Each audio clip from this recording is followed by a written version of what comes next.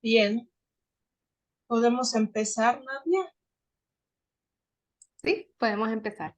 Perfecto. Buenas tardes a todos. Es un gusto estar con todos ustedes en esta sesión y para mí es todo un placer presentar a la doctora Paula Martínez Micolta. La doctora Martínez Micolta es neuróloga con especialidad en neurofisiología y epilepsia por la Universidad del Rosario en Bogotá. Adicionalmente, está certificada por el American Board of Clinical Neurophysiology en monitoreo en epilepsia, así como monitorización electroencefalográfica en cuidado crítico. La doctora Martínez Micolta tiene amplia experiencia en tratamientos médicos para pacientes con epilepsia, incluyendo terapias cetogénicas, cannabis medicinal, los cuales pues son de gran interés en la parte de la clínica de epilepsia. Asimismo, también está muy interesada en lo que es la cirugía de epilepsia y en la estereoelectroencefalografía de pacientes con epilepsia refractaria. Es parte del grupo de Clínica Integral de Epilepsia de la Fundación Santa Fe de Bogotá. Doctora Martínez Micolta, muchísimas gracias por acompañarnos el día de hoy. Adelante, por favor. Bueno, muchas gracias por esa introducción y gracias a todos por estar aquí en esta reunión que es para ustedes. Y realmente me gustan mucho estos espacios para abrir los micrófonos, ojalá, y acercarme mucho a las personas que tienen esta enfermedad o que tienen familiares o conocidos con esta enfermedad. Primero recordarles de, bueno, apagar las cámaras y los micrófonos, nosotros nos encargaremos de esto. Y este tema es fascinante, es vivir con epilepsia. Aunque no tengo la enfermedad, llevo un tiempo manejando pacientes con esta enfermedad, familiares, esposos, esposas, hijos, amigos. Y creo que cada vez sé más sobre la enfermedad aprendiendo de los pacientes, no de los libros, no de las conferencias, sino de saber lo que sienten, de escucharlos y de estar ahí para ustedes. Hoy quiero abrir esta charla explicándoles un poco qué es la enfermedad. Seguramente muchos de los que están aquí lo han leído, han sabido algo de esto por sus médicos, pero me parece una oportunidad para contarles en palabras que todos podamos entender de qué se trata la enfermedad, para empaparnos de lo que está presente en la vida de ustedes y describir un poco cuáles son las opciones de tratamiento que tienen, hablar con toda la naturaleza y con toda la verdad. Muchas veces encontramos información disponible que tratamos de ajustar al caso de cada persona y no siempre esa es la mejor opción para nosotros o la información no es tan confiable. Quiero que hablemos sobre el proceso que cada paciente lleva con la enfermedad desde el momento del diagnóstico, un poco como ese viaje que tiene el paciente desde el momento del diagnóstico y aclarar lo que yo llamo dudas silenciosas o guardadas y ojalá estemos en la confianza de abrir micrófonos y preguntar tal vez cosas que no tienen tan claras y que con sus médicos de pronto no han podido conversar. No estoy segura las personas que están conectadas en qué parte del mundo están, dónde nacieron o dónde están yendo a sus médicos o dónde ejercen su profesión, pero estamos hablando en español y muchas veces estamos en países de América Latina o en países pues hispanohablantes. Y es interesante ver este mapa donde muestra dónde está concentrada la epilepsia. En amarillo está la menor densidad de la enfermedad y en rojo donde más hay personas con epilepsia. Y esto es algo que es interesante, socialmente es muy interesante, casi que está amarillo de la mitad para arriba.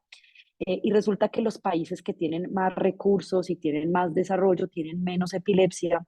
Y esto se debe a los recursos no solamente de tratamiento, sino al diagnóstico. Por ejemplo, es más común que un paciente con una infección tenga su tratamiento con antibióticos de forma pronta y oportuna en un país con desarrollo que en un país donde se vive, por ejemplo, en áreas rurales, donde de pronto el paciente para acceder a un hospital tiene que viajar por tierra unas horas o coger aviones.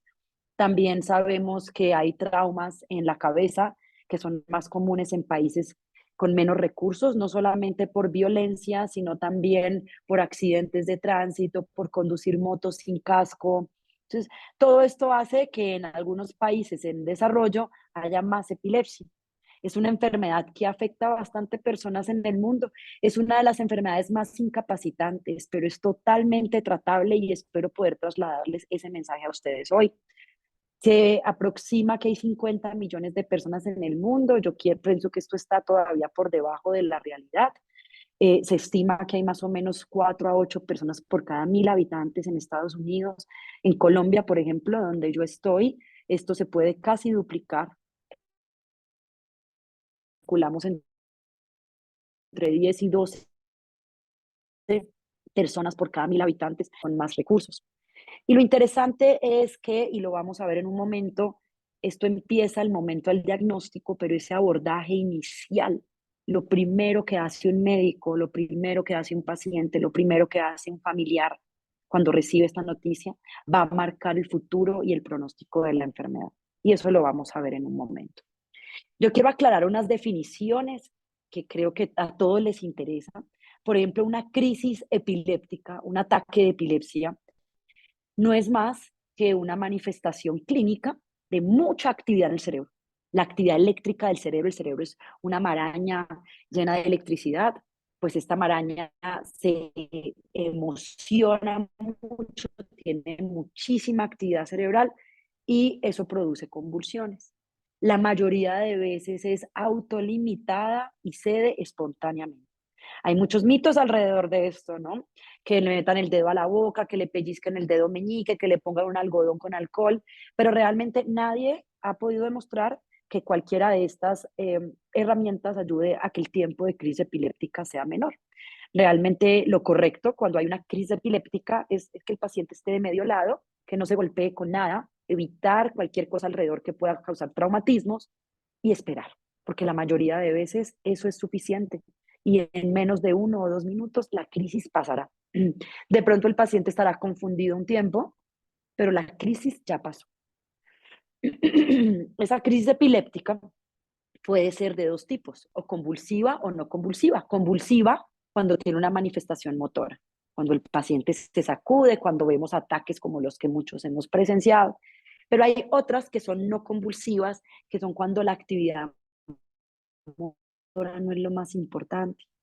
Pacientes que, por ejemplo, tienen experiencias, sentir que ya han vivido algo antes, sentir que hay un miedo intenso y angustia. Cuando el paciente empieza a actuar raro, como masticar o acomodarse la ropa, mover las manos de forma automática, estar simplemente desconectado o mirar un punto fijo y no responder. Esas son crisis epilépticas no convulsivas que pueden también pasar desapercibidas. No todo el mundo que tiene crisis epilépticas tiene epilepsia. La epilepsia se caracteriza por convulsiones recurrentes que no están provocadas. ¿Cómo se diagnostica? Cuando alguien tiene 2 o más convulsiones separadas por más de 24 horas. No provocadas, es decir, mi convulsión no fue secundario a tener fiebre, no fue secundario a haber, no sé, consumido alguna sustancia o estar en una UCI por una infección en el pulmón. No está provocada. Si tengo una crisis a los 10 años y otra a los 21, tengo diagnóstico de epilepsia porque la probabilidad de que esto recurra supera el 65%. Pero el diagnóstico también se puede hacer teniendo una sola crisis y un examen anormal, sea un electroencefalograma o una resonancia cerebral. Miren la importancia de saber que yo puedo tener epilepsia sin tener anormalidades en mis exámenes. Muchas veces los pacientes me preguntan, ¿por qué tengo epilepsia si mi resonancia y mi electroencefalograma son normales? Y es porque has tenido 2 crisis epilépticas en más de 24 horas. Entonces, algunos pacientes tienen exámenes anormales, pero muchos tienen exámenes normales y eso no significa que no tengan la enfermedad. También es importante que ustedes sepan que hay básicamente 2 grandes familias de epilepsia. Unas son las epilepsias de inicio focal y otras las epilepsias de inicio generalizado. Las de inicio focal se caracterizan porque hay una zona del cerebro que empieza a titilar, a tener esa actividad eléctrica exagerada y a veces anima al resto del cerebro. Y la epilepsia generalizada desde el comienzo tiene todo el cerebro muy sincrónico, con mucha actividad. Lo describo a veces como una orquesta. En una orquesta a veces vemos como un instrumento es el encargado de empezar el desorden, de pronto el violín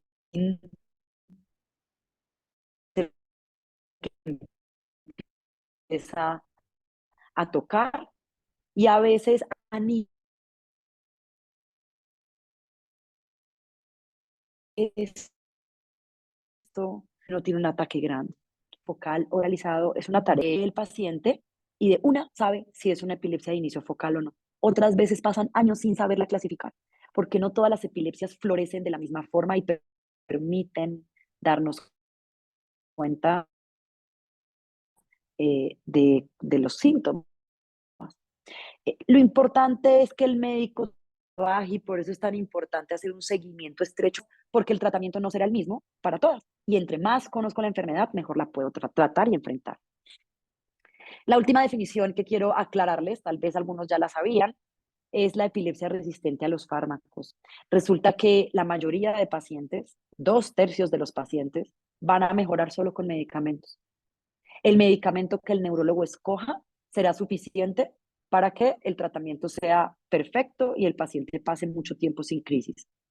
Pero hay un grupo pequeño, 1/3 de los pacientes, que no responde a los medicamentos. Y ese grupo se llama epilepsia resistente a los fármacos. Y esos pacientes van a requerir otros tratamientos que también les voy a compartir. Algunos factores predisponen para que las personas sean resistentes, algunos antecedentes que pueden ver en la pantalla de cuando eran chiquitos los pacientes, de tener muchos tipos de crisis, de tener algún tipo de discapacidad intelectual. Y estos pacientes requieren mucho un subespecialista y un centro integral de epilepsia para dar un manejo 360. Los medicamentos anticrisis, como los llamamos ahora, son el pilar del tratamiento en epilepsia. Es decir, hoy en día todas las personas que tienen epilepsia reciben medicamentos. Esto es importante saberlo porque también recibo muchos pacientes que me dicen, vengo porque quiero cannabis medicinal, vengo porque quiero dieta. Los pacientes que reciben cannabis, dietas, cirugías, también toman medicamentos. La razón para buscar estas otras opciones terapéuticas no es no tomar medicamentos, sino que los medicamentos no son suficientes y yo sigo con convulsiones a pesar de tomar medicamentos. Miren, pues aquí ven la lista de todos los medicamentos que tenemos disponibles. Esto ha venido creciendo a lo largo de los años. Hubo un boom hacia los años 1940. Tenemos en negro medicamentos de primera generación, en azul de segunda generación y en verde de tercera generación. Medicamentos que van saliendo al mercado con más tecnología para ser bien tolerados por los pacientes. Sin embargo, este es un editorial que salió en un journal diciendo, ¿y qué hemos mejorado? Tantos medicamentos que han salido nuevos y sigue siendo la población refractaria. Y en lo que hemos visto mejoría es en medicamentos, por ejemplo, que pueden tomarse los medicamentos solo una vez al día o medicamentos que producen menos molestia al estómago o que tienen, por ejemplo, menos interacción con otros medicamentos. Sin embargo, los medicamentos de primera y segunda generación siguen siendo también buenos y en algunos países el alcance a estos medicamentos de tercera generación no es tan fácil, son costosos, son difíciles de conseguir por el seguro. Entonces es importante saber que igual tenemos un buen repertorio de medicamentos y que este sigue siendo el pilar del tratamiento. Pero también tenemos otras opciones que a mí personalmente me encantan. Uno son las terapias dietarias. Lo más conocido de esto es la dieta cetogénica, la dieta keto. Con la dieta keto me pasa algo muy chistoso y es que los pacientes llegan a la consulta y me dicen, yo estoy haciendo dieta keto desde hace un año. Y yo les pregunto, buenísimo, ¿y cómo están tus cuerpos cetónicos? ¿Mis qué? Ah, sí, ¿cómo está tu cetosis? ¿Has podido medir tu cetosis? ¿Mi qué? Entonces, lo que me he dado cuenta es que la dieta cetogénica es como estar en embarazo, o estás o no estás. No puedes estar in between en la mitad. La dieta cetogénica sí tiene que ver con reducir los carbohidratos, pero eso no es suficiente. La dieta keto se basa en una relación de proteína y grasa con los carbohidratos. Una relación que puede ser 4:1, 3:1. Existen diferentes opciones de terapias dietarias que se escogen para cada paciente con un experto en nutrición. Y lo que se hace es que se cuantifica. Por ejemplo, los pacientes pueden orinar en tirillas reactivas a la primera orina de la mañana o pueden sacarse en la punta del pulpejo del dedo como la glucometría y probar si están en cetosis o pueden sacarse en sangre los cuerpos cetónicos como el beta hidroxibutirato para saber si estamos en ese estado cetósico que es el propósito y que ha demostrado ser antiepiléptico. El resto son dietas bajas para pacientes refractarios. La dieta puede empezar a funcionar a la semana de hacerla bien hecha y el resultado es maravilloso. Pero para ver el resultado tiene que haber muchas crisis. Si alguien tiene una crisis cada año, pues tengo que esperar un año para darme cuenta si la terapia dietaria funciona. Pero cuando un paciente tiene crisis todos los días, pues con la terapia dietaria me puedo dar cuenta si tienen o no reducción en sus crisis. Pero es importante saber que es para ese grupo de pacientes, ese tercio que es refractario. El cannabis medicinal también ha estado muy de moda.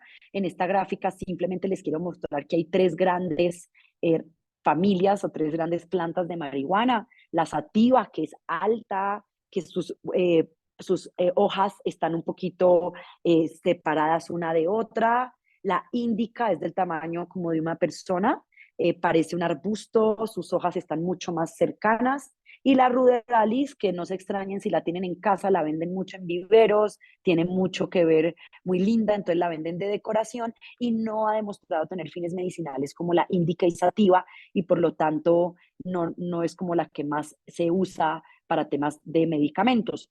Y la planta tiene un montón de componentes, un montón de cannabinoides, algunos conocidos son el CBD y el THC, y la planta tiene muchos propósitos, tiene algo muy lindo que se llama sinergismo botánico, y es que ella misma, por tener tantas moléculas y tantos componentes naturales, actúa de una forma muy potente para diferentes enfermedades. Tal vez lo más común que vemos es el CBD y el THC. Sabemos que el THC es lo que está presente en los cigarrillos de marihuana y ha demostrado ser más psicoactivo y de producir de pronto las sensaciones que buscan las personas que fuman marihuana recreativa. El THC ha demostrado ser muy bueno para ansiedad, para algunos temas psiquiátricos, para estimular el apetito. Entonces, en los síndromes de cáncer, cuando los pacientes no tienen hambre después de quimioterapia, el THC se ha utilizado enormemente y en dolor como analgésico ha tenido una evidencia científica robusta y se utiliza mucho ahí. En temas de epilepsia, el THC, la mayoría de expertos han demostrado que es proconvulsivante. Hay que tener mucho cuidado. Yo le tengo mucho cuidado al cannabis que no tiene un respaldo de una entidad aseguradora, una entidad regulatoria. Las pacientes a veces llegan con frascos lindísimos que les ha costado muchísimo dinero y el frasco dice, no, esto solo trae CBD, pero los pacientes lo consumen, me llaman porque tuvieron una convulsión. Y lo más probable es que en ese frasquito también haya algo de THC. Entonces, hay que tener cuidado y yo recomiendo siempre que si se va a consumir cannabis, sea de la mano de un médico que lo sabe hacer y que sea un medicamento que está controlado por una entidad regulatoria. El CBD, el cannabidiol, es el que ha demostrado ser un fuerte anticonvulsivante, un fuerte antioxidante. La epilepsia tiene una connotación inflamatoria grande y nos hemos dado cuenta que medicinal funciona para esto. Todo tiene aprobación FDA y aprobación también en Colombia por la entidad regulatoria para síndromes de niños, especialmente como el Lennox-Gastaut, esclerosis tuberosa, el síndrome de West, y estos síndromes son en quienes está demostrado que funciona. Sin embargo, off-label yo también lo he utilizado en pacientes refractarios y mi experiencia sigue siendo positiva. Como les digo, acompañando los medicamentos, como digamos, no solamente el cannabis y respaldado por una entidad regulatoria, medicamentos que sé que lo que el paciente está tomando es lo que dice el frasco.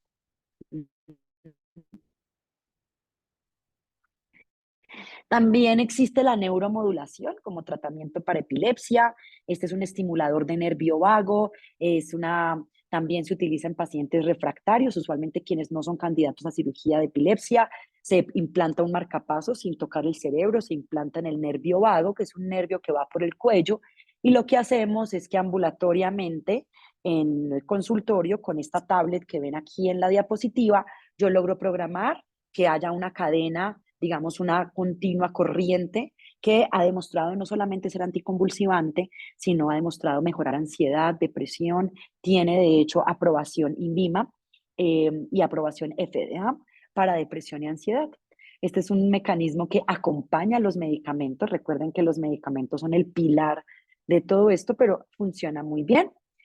El RNS no lo tenemos nosotros en Colombia, en Estados Unidos lo tienen, es algo parecido, esta vez sí toca el cerebro, pero es algo mínimamente invasivo y tiene una gran ventaja y es que eso que ustedes ven ahí en el cerebro no solamente está mandando mensajes para prevenir convulsiones, sino que también está capturando la información necesaria para que se analice en un computador y de pronto a futuro le podamos ofrecer al paciente un tratamiento definitivo. Entonces, no solamente es terapéutico, sino que también nos da información.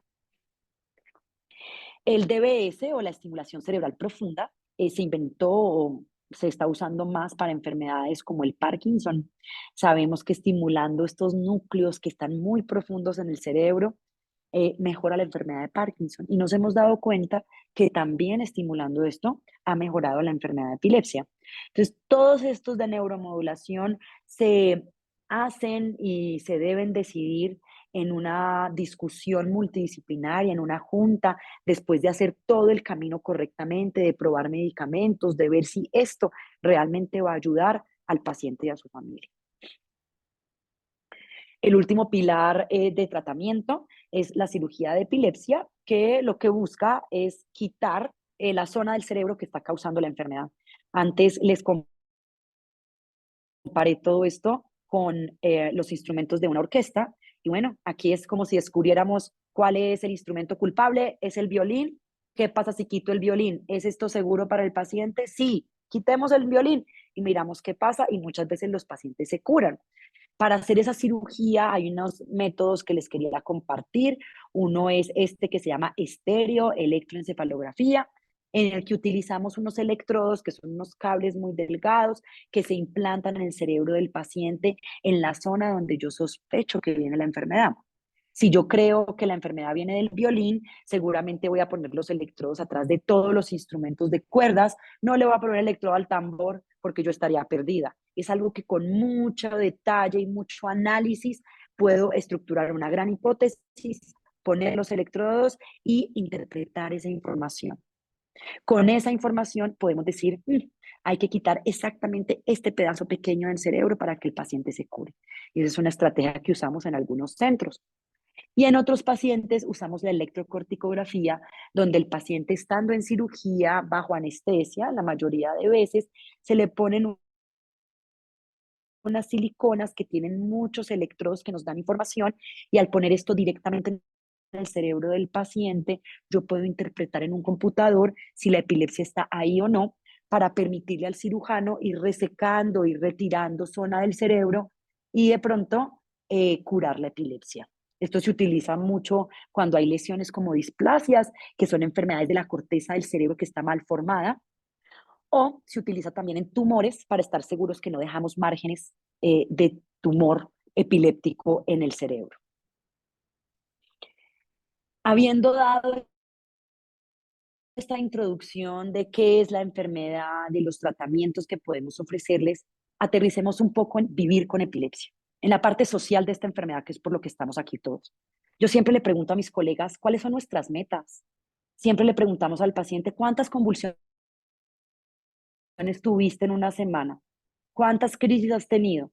Pero a veces no le preguntamos al paciente, ¿cómo estás? ¿Cómo está tu ánimo? ¿Estás durmiendo bien? Entonces, siempre debemos ver que es diferente consultar a un médico que a un científico, que es importante ver esta enfermedad con unas 360, mirar toda la parte social del paciente y perder el antifaz, no actuar, no aparentar, sino ofrecerle a nuestros pacientes ser amigos, también estar ahí para ellos. Siempre tener en cuenta cuáles son los negociables y los innegociables de un paciente. Respetar si un paciente me dice, yo no quiero tomar un medicamento que me dé sueño, punto, porque no me gusta cómo me siento. Entonces, cada paciente es diferente, cada persona es diferente, cada familia es diferente. Esta es una enfermedad que no solamente afecta a los pacientes, sino a sus familiares.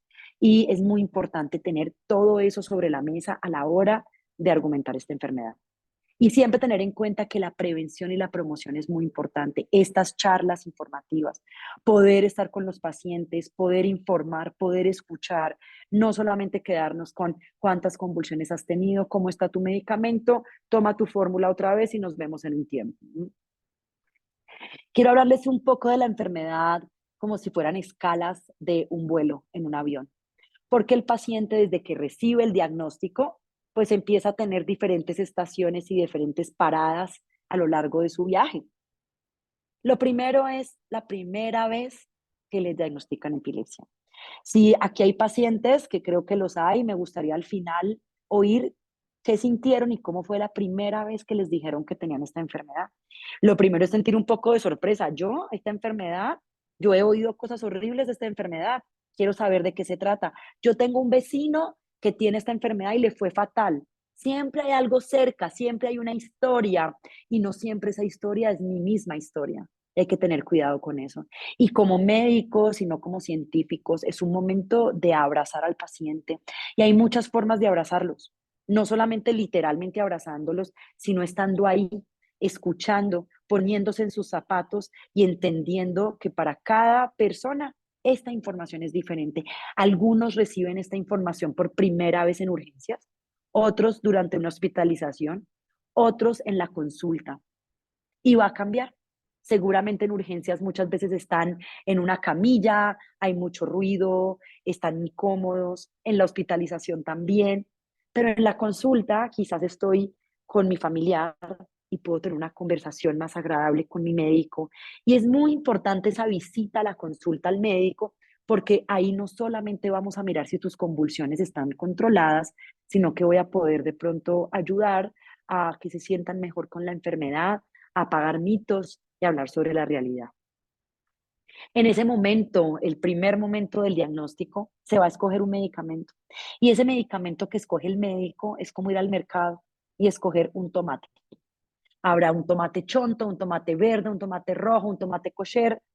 El médico, con el conocimiento que tiene, no solamente científico, sino de haber capturado para ese paciente que es tan importante, pues va a escoger un medicamento y tiene 60% de probabilidad de atinar. Lo que escogí me va a ir bien. Si hice un buen proceso diagnóstico y conocí a mi paciente, yo voy a poder escoger el mejor medicamento. Pero hay que estar listos para fallar. Y si ese medicamento no funciona, ya sea porque las convulsiones persisten o porque el medicamento tiene un efecto secundario, hay que cambiarlo o hay que modificar la dosis. Y ahí empieza una relación estrecha con el médico que no nos puede causar una frustración grande, sino entender que esto es algo continuo que puede modificarse a lo largo del tiempo. Y luego tenemos un seguimiento ambulatorio. Nos hacen el diagnóstico de epilepsia y el paciente debe seguir visitando a su médico de forma repetitiva. Y ese seguimiento tiene mucho subjetivo. ¿Cómo me está afectando a mí la enfermedad? A mí, no al vecino, no a mi familiar, a mí cómo me está afectando. Y luego al familiar, cómo le está afectando. Y para esto, pues hay muchas formas de objetivizar lo que el paciente está sintiendo. Y hoy me quiero detener en una escala que se llama la QALY-10. La QALY-10, no sé si muchos de ustedes o algunos la han oído, pero es una escala que busca marcar la calidad de vida en los pacientes con epilepsia. La QALY-10 tiene 10 preguntas, unos puntos. Los puntos entre más altos salen, mi calidad de vida está menos bien. Y una muy buena calidad de vida tiene un puntaje bajito. Se hacen preguntas al paciente si se siente lleno de energía, si se ha sentido desanimado, si siente que ha tenido problemas para desplazarse, si siente problemas en su memoria, qué efectos secundarios tiene de medicamentos, qué limitaciones sociales tiene. La escala tarda 2 minutos, a todos mis pacientes se las hago y me doy cuenta si esa escala está mejor o peor que otros controles y en algunos pacientes se me prenden banderas rojas para tratar de ayudarlos más. Me he llevado sorpresas muy, muy curiosas con esta escala. Por ejemplo, pacientes que no tienen convulsiones y su calidad de vida no es buena, o pacientes que sí tienen convulsiones y su calidad de vida es maravillosa. Porque me doy cuenta que a los pacientes lo que más les afecta a veces no es solo la enfermedad, las convulsiones, sino el estigma, perder un trabajo, tener temor a decirle a su pareja que tienen epilepsia, de pronto no poder conducir, no poder practicar un hobby de extremo como buceo en cierto tiempo. Y todo esto afecta mucho a los pacientes. Y para esto yo les quiero compartir parte de mi experiencia que creo que traslada mucho lo que es vivir con la enfermedad.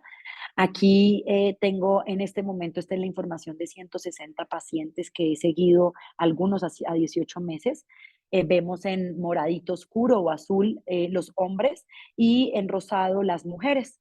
Y fíjense que tenemos en el eje Y los números que van hasta el 50. Una calidad de vida de 50 es una calidad de vida muy mala, cuando 10 es una calidad de vida muy buena. Miren cómo las mujeres percibimos la calidad de vida menos buena y los hombres la han percibido un poquito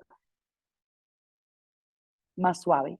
Esto es común, también lo hemos visto en otras enfermedades. Las mujeres a veces nos enredamos mucho, tenemos otras responsabilidades en el hogar, tenemos embarazos, tenemos periodos menstruales, tenemos muchas cosas que nos hacen diferente a los hombres y que quizás puedan tener un impacto en cómo yo percibo mi enfermedad. Pero lo interesante, y como lo ven en la gráfica de al lado, es como el puntaje baja a medida que pasan las consultas. Ven como en la primera cita, la escalas, los puntajes de calidad de vida están altos y luego van bajando a medida que visitan al médico de forma rutinaria. Quiere decir que necesitamos ese contacto físico, necesitamos ver al especialista, alguien que nos entienda, alguien que hable con nosotros, que nos escuche y nos haga los ajustes pertinentes. Si el medicamento no me está permitiendo ser yo, debo buscar otro, porque el médico es exitoso en el momento en que le ofrece a su paciente el mejor medicamento para él o ella. Miren qué interesante la relación de esa escala de calidad de vida con el número de medicamentos que el paciente recibe. Sin duda queremos recibir la menor cantidad de medicamentos, eso nos va a impactar la calidad de vida. Vemos en el eje Y, en la línea de abajo, la escala de calidad de vida. Recuerden que 50 es una calidad de vida no tan buena y 10 una calidad de vida muy buena. Y fíjense que a medida que hay más medicamentos, la calidad de vida tiende a empeorar. Entonces, esto es algo que es importante relatar. Y otra cosa que me he dado cuenta y que nos dimos cuenta sacando esta información con mi residente Estefanía Rojo, que le agradezco mucho a ella que me ayuda a obtener estos datos, es que no tener controlada la enfermedad significa una peor calidad de vida. Aquí vemos como las crisis controladas, la mayoría de personas que han pasado 6 meses o más sin convulsiones tienen escalas de calidad de vida entre 10 y 20, es decir, una calidad de vida muy buena. Pero aquellos pacientes cuyas convulsiones no están controladas, están a veces en la franja más a la derecha de la enfermedad, con una percepción de la enfermedad más pobre, afectando más su calidad de vida. Ya casi para ir terminando, contarles la importancia de tener otros médicos paralelos. Fíjense que la mayoría de pacientes con epilepsia también tienen algo en la salud mental. en ansiedad, en depresión. Hay algunas cosas de la personalidad que caracteriza a las personas con epilepsia y es muy importante ser inteligentes y buscar la ayuda pertinente en esto. Apoyarnos con psiquiatras, con psicólogos, con terapeutas ocupacionales, físicos, de lenguaje, con un neurocirujano bueno que te explique las dudas que tienes sobre alguna cirugía y te pueda hacer un buen seguimiento. Nosotros donde trabajamos en mi centro, todos los pacientes visitan al psiquiatra, todos los pacientes tienen estas escalas que me permiten ver el 360 de la enfermedad y explorar más allá de la frecuencia de las convulsiones. Otro momento en esa escala, en el avión, en ese viaje con la enfermedad, son los ingresos hospitalarios. Muchos pacientes me manifiestan lo cansados que están de tener hospitalizaciones o ingresos por urgencias, especialmente por crisis. Yo personalmente trato que los pacientes no vayan a urgencias a no ser que sea algo primordial. Mis pacientes todos tienen mi teléfono, me pueden llamar siempre y muchos tienen con ellos medicamentos abortivos, medicamentos que detienen una convulsión o la serie de convulsiones. A veces los oriento a tomar una dosis extra de sus medicamentos habituales, hacemos llamada por video, me mandan fotos si tuvieron alguna lesión, porque la entrada por urgencias ha demostrado golpear mucho a los pacientes, son horas esperando la atención, exámenes que no va a cambiar en nada muchas veces la enfermedad, pero de pronto lo que uno necesita es escuchar a su médico, saber que estoy bien y de pronto tomar algún medicamento para prevenir futuras convulsiones. Entonces los mensajes para llevar a casa y ojalá abrir los micrófonos para oír experiencias y oír preguntas. Es que la epilepsia es una enfermedad que se caracteriza por convulsiones repetitivas. Acuérdense que estas convulsiones pueden tener movimientos o no. Y los que no tienen movimientos, pues pasan a veces desapercibidos. Es frecuente tener epilepsia, a pesar que los exámenes sean normales. Muchas veces, pero ¿por qué mis exámenes son normales? Mi resonancia, mi electroencefalograma, me hacen telemetrías y todo sale normal. Pues la enfermedad, acuérdense que no necesita esos exámenes para ser diagnosticado. El pilar del tratamiento son los medicamentos. Por ahí empezamos todos. Y los medicamentos son buenos. Yo siempre le digo a mis pacientes, toma el medicamento con amor. Yo me encargo de cuidar tu hígado. Yo me encargo de hacerte pruebas de tu riñón y tu hígado para ver que estás bien.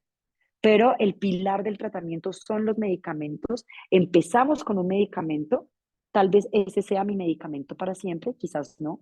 Y empiezo con una dosis bajita que voy subiendo de acuerdo a las convulsiones. No tengo otra forma de hacerlo. Y es un momento crítico, es un momento de mucha paciencia, de tener precaución conduciendo, haciendo cosas de riesgo, porque estamos ajustando. Y llega un momento donde yo ya sé cuál es mi medicamento con el que me siento a gusto, con el que puedo llevar adelante todos mis planes y mis sueños, y luego le hago ajustes si son necesarios más adelante. Y también están las terapias dietarias, el cannabis, la neuroestimulación y la cirugía. Nunca se olviden que con epilepsia ustedes empiezan una relación con su neurólogo y ojalá sea una relación duradera. Las relaciones tienen todo, momentos más apretados, momentos más tensos, momentos amorosos, regalos, abrazos, discusiones. Es una relación que debe ser duradera y abierta, debe ser transparente para que podamos aclarar. El neurólogo debe tener oídos para escuchar no solamente si tu medicamento te da sueño o no, sino si quieres ser mamá, si quieres conducir, si estás con temor a algo. Recuerdo un paciente que se demoró 4 años en contarle a su pareja que tenía epilepsia y me llamó desde el baño a decirme, acabo de contarle. Y le dije, ¿qué te dijo? Que era muy tonto no haberle dicho antes. Entonces, esa parte también es muy importante. Y es importante discutir todas las preocupaciones porque el impacto social de esta enfermedad no es despreciable. Y a veces incluso ese impacto social es peor o más intenso que el impacto de la misma enfermedad. Entonces, con estas conclusiones cierro mi charla, que espero que haya sido de gran ayuda. Eran muchos temas que quería compartir con ustedes, pero mi objetivo principal era tenerlos cerca, aclarar dudas y ojalá también abramos micrófonos para aclarar más dudas. Muchas gracias. Muchas gracias, doctora Martínez. Hay algunas preguntas que voy a leer. Permítame. ¿Cómo manejar los estados emocionales que son muy fluctuantes en los pacientes con epilepsia? de parte de Familias Púrpura? Es una pregunta maravillosa, ¿no? Porque definitivamente somos emociones y las emociones no tenemos cómo cuantificarlas tan fácil. No podemos entrar a un escáner y que nos digan, hoy amaneciste 20% deprimido y 10% ansioso. Las emociones muchas veces nos lideran y esto es algo que es importante reconocer no solamente en enfermedades como la epilepsia, sino en personas sanas. Las emociones requieren una atención igual o mayor que la enfermedad como tal porque están muy ligados. Tal vez por eso me están haciendo esa pregunta. Muchas veces le pregunto a los pacientes qué triggers, qué detonantes has identificado y me dicen mi detonante son mis emociones. Y yo siempre pienso, las personas que no tienen epilepsia también tienen esa exposición, solo que se manifiesta diferente, tal vez con un colon irritable, un ataque de migraña, unas noches de insomnio, un ataque de pánico. Yo siempre uso herramientas para tratar las emociones. La primera herramienta son espacios como estos, espacios con mis pacientes, para que no se sientan solos, para que sepan que estoy ahí para ellos. Hay muchos tratamientos, trabajo en equipo con la doctora Jimena Garcés, que es doctora en mindfulness, con la que hacemos terapias con mis pacientes, talleres de meditación. Siempre refuerzo el bienestar durante mis consultas y dedico un tiempo a la parte educativa. Las emociones tienen muchas formas de abordarlas, muchas de ellas sin un médico especialista y otras buscando sin duda una remisión apropiada a un médico psiquiatra, por ejemplo, que debe ir de la mano también de todo esto. Bien, también de Familias Púrpura preguntan, ¿la escala está disponible para todos los neurólogos en Colombia? Sí, la escala está disponible para cualquier persona, la escala está validada al español. Siempre nos encontramos que hay escalas en inglés, pero cuando las queremos hacer en español no es solamente traducirla al gusto del médico, esta es una escala avalada y certificada en español. Cualquier neurólogo la puede utilizar. No todos la hacen, es una cosa que depende del médico, depende de su tiempo y de su interés, pero sí, sí está disponible para todos los médicos en cualquier parte que hable español. Nos preguntan también, favor de comentar algo sobre la neuroplasticidad y qué actividades realizar. Muchas gracias por tan excelente presentación. Bueno, muchas gracias y me alegro que haya sido de ayuda. La neuroplasticidad es maravillosa, ¿no? Es la capacidad que tiene nuestro cerebro de cambiar y de acoplarse a algo, de modificarse para acomodarse a una situación. La plasticidad es mayor en niños. El cerebro de los niños no ha terminado de formarse. Sale del vientre solo en un momento donde ya no puede estar más ahí, pero ese cerebro sigue en evolución. La plasticidad en los adultos es menor, pero no es cero.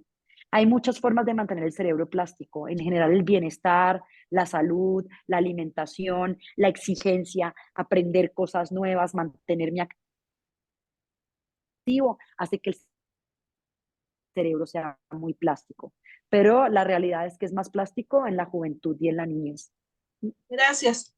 ¿Qué pasa si un paciente con convulsiones sin manifestaciones decide no tratar la enfermedad? A largo plazo, ¿qué consecuencias tiene esto sobre el cuerpo y en el cerebro? Bueno, gracias. Veo que esa pregunta la hizo Martín Naparstek. Gracias por esa pregunta, porque me gusta ser muy respetuosa con lo que mis pacientes quieren. La enfermedad tiene una diferente carga en cada persona. Tengo pacientes que tienen una crisis durmiendo cada 2 años y han preferido no tomar medicina porque sienten que es peor el efecto del medicamento que el de la enfermedad.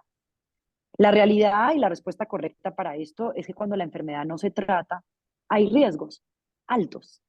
Por ejemplo, hay lo que se llama SUDEP o muerte súbita en epilepsia, que puede suceder una muerte sin causa clara, no secundaria a una convulsión, y esto se puede dar en pacientes que no están controlados con la enfermedad. Entonces, no tomar medicamentos y permitirme tener muchos ataques me puede poner en riesgo para un episodio de estos. También las caídas, los accidentes, no saber si me va a dar, pues es un riesgo. Pero realmente es algo que uno debe conversar con el paciente y ver qué pasa, porque es una balanza, ¿no? ¿Qué es mejor, tomar medicamentos o mi enfermedad? Depende de la carga que tenga en cada paciente, pero todo es respetable y hay que decidirlo con cada persona. Gracias por tu pregunta. De parte de Paulina García, ¿cuál es el mejor ejercicio que ayuda a la epilepsia? Bueno, hay muchos ejercicios para la epilepsia y para cualquier enfermedad cerebral. Todos los ejercicios que ayuden en salud mental van a ser de utilidad. Alimentar el espíritu como lo quieras alimentar. Eso puede estar con religión, con lo que para ti sea alimentar tu espíritu. Funciona bien cualquiera de estas herramientas para fortalecer la epilepsia y para fortalecer la memoria, que a veces se ve que en los pacientes con epilepsia se ve afectada. Realmente no hay un ejercicio específico para la epilepsia, pero el cerebro es muy sensible y muy plástico a cualquiera de estos ejercicios que te acabo de mencionar. De parte de Julio Alejandro, ¿es una opción correcta solicitar alguna prueba genética o de microarreglos cuando se descarta alguna etiología que no sea de origen genético? Mm. Sí, cada vez la genética cobra un rol más interesante y más importante en todas las enfermedades. Por supuesto que sí, sí es correcto solicitar tests genéticos. Pienso que debe estar en manos de expertos. A veces pedimos exámenes genéticos costosísimos, por lo menos en Colombia muchas veces cuesta mucho, y los pacientes hacen un gran esfuerzo y es un test genético que no va a cambiar en nada la situación del paciente. Entonces, quiero recalcar que sí son útiles, pero siempre de la mano de un médico que diga, voy a pedir este test genético con este objetivo. Quiero estar seguro si esta enfermedad va a tener mejor respuesta con este medicamento. Y tal vez algunos exámenes genéticos me puedan dar esa respuesta. Esa es la invitación. Pero sí, el mundo de la genética está creciendo cada vez más. Y yo creo que en un, si nos volvemos a reunir, hay más información sobre este interesante aspecto de la epilepsia. Bien. ¿Nos puede hablar un poquito del medicamento de rescate? ¿Cuándo se debe de utilizar de parte del Lupe?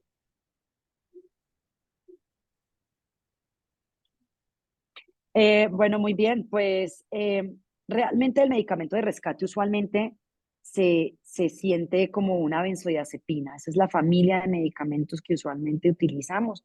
Son medicamentos que hay que tener pues un poquito de respeto porque son medicamentos que se venden bajo estricta fórmula médica, que si un niño se come una caja de esos medicamentos se puede poner en riesgo su vida, pero son medicamentos que abortan la convulsión.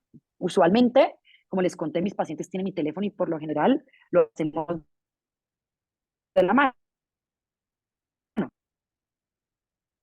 Si la paciente tiene una crisis,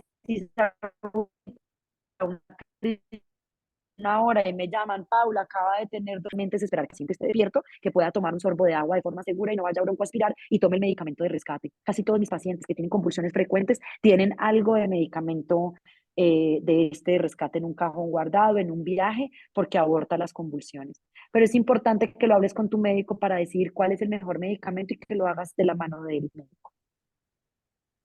De parte de Paulina García, ¿cuál es la mejor vitamina? Ujú. La mejor vitamina, bueno, realmente yo pienso que si uno se alimenta sano, no necesita vitaminas. Yo pienso que una alimentación buena, a veces soy un poco enemiga como del negocio de las vitaminas, porque no todos la necesitamos.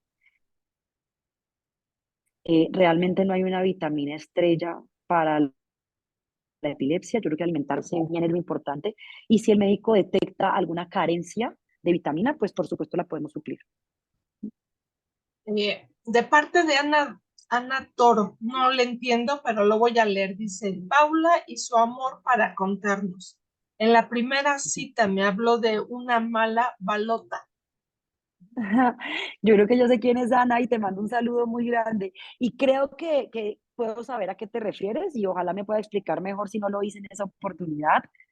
Em, a veces cuando los pacientes me hablan con mucha frustración por tener la enfermedad, trato de ser lo más comprensiva posible y escuchar. Y trato de ver el vaso siempre medio lleno y de ver la oportunidad. A veces uso la palabra balota y nunca quiero interpretarlo mal y quiero aclarar esto. Y es, a veces uno se pregunta, ¿por qué me cayó esta balota? Es como decir, ¿por qué me dio a mí? ¿Por qué me dio a mí?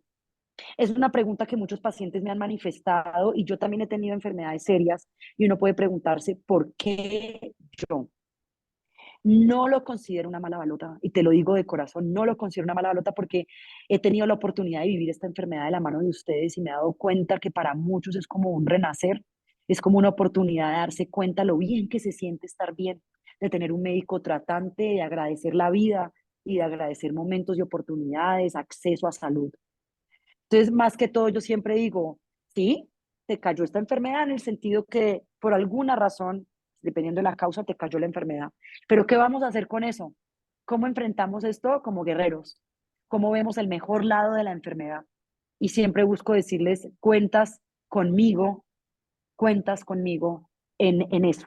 Y hay temporadas donde el juego se pone un poquito más duro y hay momentos donde es más amigable y siempre estoy ahí para ustedes.